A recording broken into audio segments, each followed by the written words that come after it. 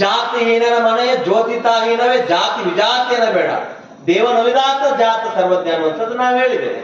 ಆದ್ರೂ ಕೂಡ ಆ ಜಾತಿ ಅನ್ನುವಂಥದ್ದು, ಆ ಜಾತೀಯತೆ ಅನ್ನುವಂಥದ್ದು ಅದು ಹೋಗ್ತಾ ಇಲ್ಲ. ಯಾವ ರೀತಿ ಕೆಲಸ ಮಾಡ್ತದೆಪ್ಪ ಅಂತಂತಂದ್ರೆ, ಶಂಕದಿಂದ ಬಂದ್ರೆ ಮಾತ್ರ ತೀರ್ಥ. ಅದು ಏನ್ರಿ?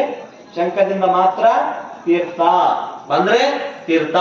ನಾವ್ ಮ್ಯಾಲ ಅವ್ರ ಕೆಳಗ, ಅವ್ರ ಮ್ಯಾಲ ನಾ ಕೆಳಗ. ಎಲ್ ಮುಟ್ಟಾದ ಒಲೆ ಒಳಗೆ ಹುಟ್ಟಿದ ಜಗವೆಲ್ಲ. ಬಹಳ ಅದ್ಭುತವಾಗಿ ಹೇಳ್ತಾರೆ ಅವರು.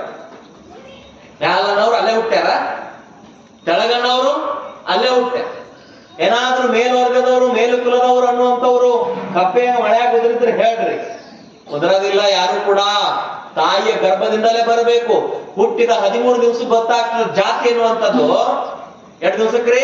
ಹುಟ್ಟಿದ 13 ದಿವಸಕ್ಕೆ. ಅದಕ್ಕೆ ಬರುವಾಗ ಬೆತ್ತಲೆ, ಹೋಗುವಾಗ ಬೆತ್ತಲೆ.